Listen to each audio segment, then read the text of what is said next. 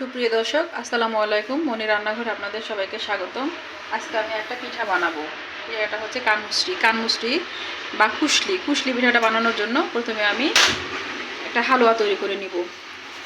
আমার পাতিলটা গরম হয়ে আছে, আমি এর মধ্যে সুজি দিয়ে দিলাম।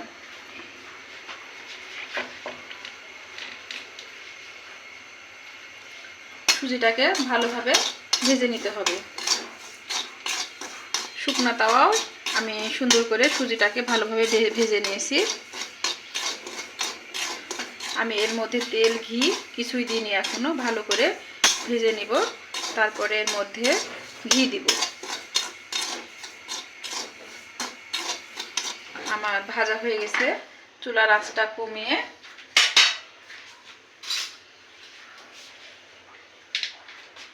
এর মধ্যে আমি 1 চামচ ঘি দিয়ে দিলাম।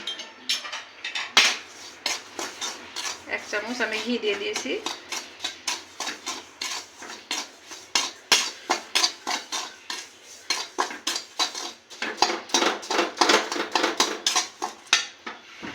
আপনি আপনার প্রয়োজন মতো চুলার আঁচটা বাড়িয়ে কমিয়ে নেবেন। আমরা কুশলি পিঠাটা অনেকে অনেকভাবে পুরটা তৈরি করি। এভাবে একবার পুরটা তৈরি করে আপনারা খেয়ে দেখবেন, খুবই ভালো লাগবে।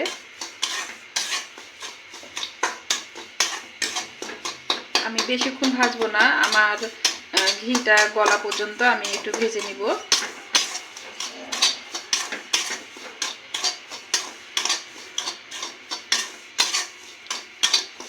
আমি ঘিটা ভালোভাবে ভেজে নিয়েছি। এটা চুলাটা বন্ধ করে দিব। আর পাতিলে আমি দুধ জাল দিয়ে রেখেছিলাম। দুধের মধ্যে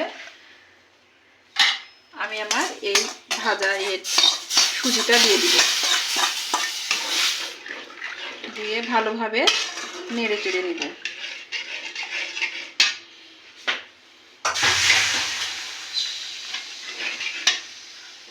আমি চুলাটা ধরিয়ে দিব।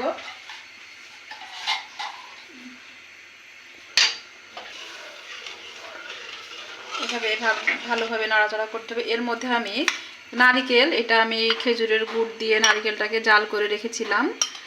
এই নারকেলটাও আমাদের বাড়ির গাছের, সেজন্য যখন নারকেলটা হয়েছিল তখনই আমি জাল দিয়ে রেখেছিলাম।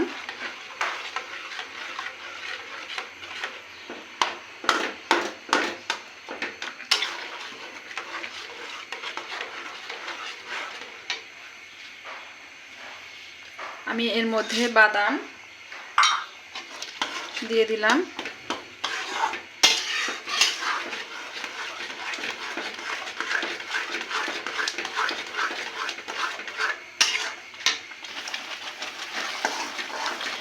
এভাবে বারবারে নাড়াচাড়া করে দিবেন, নাহলে তলাটা লেগে যাবে।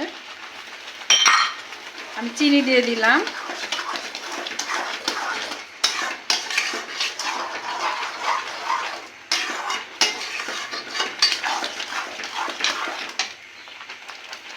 এরপর আমি তিল ভেজে রেখেছিলাম, সেই তিলটা দিয়ে দিলাম।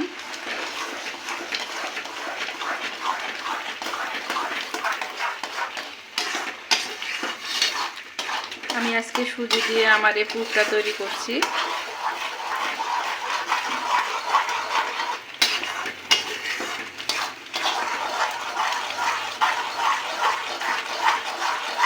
এটাকে একটু শক্ত ভাব হওয়া পর্যন্ত এভাবে নাড়াচাড়া করতে হবে।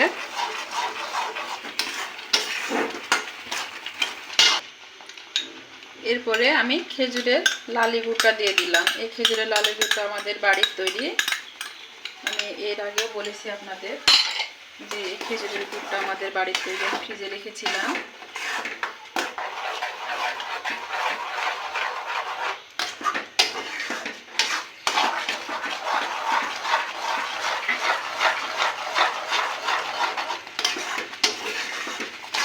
আমি খেজুরের গুড়টা এই জন্যে করে দিলাম যেন দুধটা না ফেটে যায়।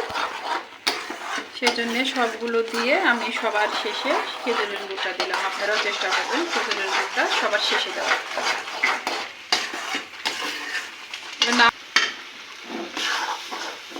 আমার হালুয়াটা হয়ে গেছে দেখেন। এখন আমি এটাকে চুলা বন্ধ করে দিলাম। এটা এখন চুলা থেকে নামিয়ে ঠান্ডা করে আমি কুশলি বা কানমুসলির পিঠাটা করব।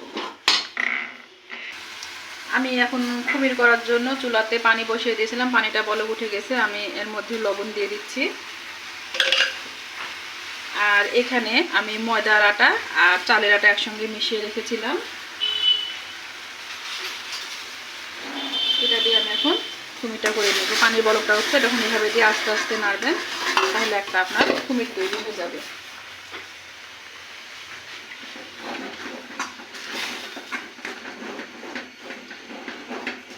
এভাবে কুমিরটাকে তৈরি করে নিতে হবে। ভালোভাবে নাড়াচাড়া করে যেন দেখতে হবে যেন চারিদিকে আটাগুলো ভালোভাবে সিদ্ধ হয়ে যায়। আমার কুমিরটা হয়ে গেছে। এখন আমি চুলাটা বন্ধ করে দিচ্ছি, দিয়ে ভালোভাবে মিশিয়ে নিচ্ছি। এভাবে আমি রুটিটাকে বলে নিয়েছি, পাতলা করে বলে নিয়েছি, খুব পাতলা না খুব মোটা না। তারপরে এরকম একটা গ্লাস দিয়ে আমি রুটিটাকে ছোট ছোট করে লেচি কেটে দিচ্ছি। এইভাবে আমি সবগুলোই লেচি কেটে নিব।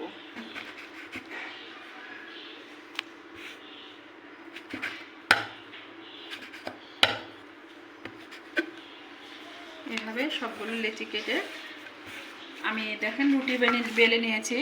আমি এইভাবে সবগুলো লেচি কেটে কুশলিটা বানিয়ে ফেলবো। আমি এখন কিভাবে কুশলিটা বানাবো আপনাদেরকে দেখাচ্ছি।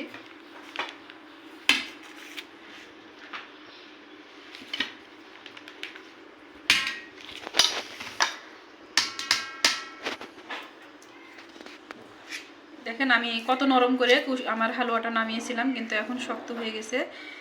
আমি অল্প করে, যেহেতু আমার ইয়েটা ছোট, কুশলিটা ছোট হবে, সেজন্য আমি অল্প করে দিয়ে হাত দিয়ে চেপে ভালো করে মুখটা বন্ধ করে, এভাবে বন্ধ করে হাতে একটু তেল নিয়ে এভাবে কুশলির মুখটা বন্ধ করে দিচ্ছি।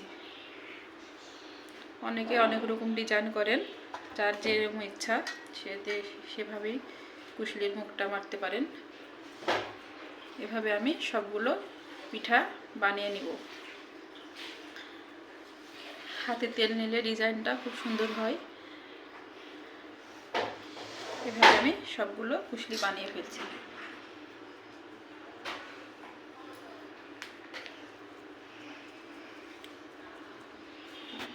যারা আমার চ্যানেলটি নতুন দেখছেন, সাবস্ক্রাইব করেননি, তারা অবশ্যই আমার চ্যানেলটি সাবস্ক্রাইব করবেন। আপনাদের ভালো লাগলে আপনাদের মতামত জানাবেন। আমার এই পিঠাটা আপনারা একবার বানিয়ে খেয়ে দেখবেন।